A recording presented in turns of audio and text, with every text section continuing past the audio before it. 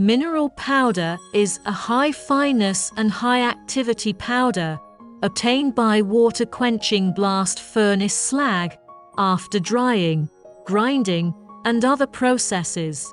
It is a high-quality concrete admixture and cement mixture and is recognized as an important material for preparing high-performance concrete in the world today.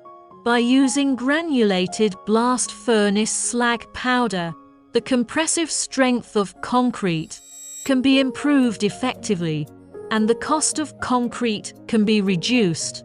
3 points need to be paid attention to the lubrication of mineral powder ball press. 1. The gear oil in the open gear box of the mineral powder ball press should be immersed in the gear more than 60 millimeters. 2.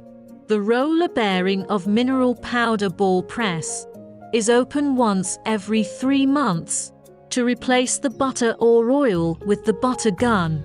3. Powder ball press reduce the plus gear oil at the amount of immersed gear 60 millimeters.